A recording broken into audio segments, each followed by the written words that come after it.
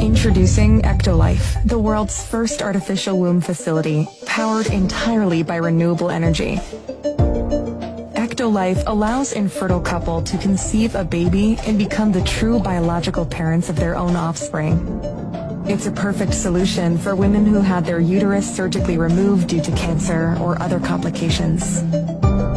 With Ectolife, premature births and C-sections will be a thing of the past.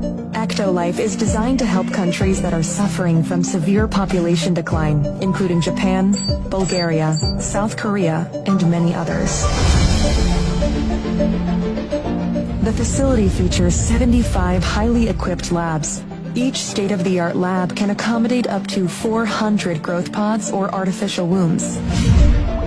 Every pod is designed to replicate the exact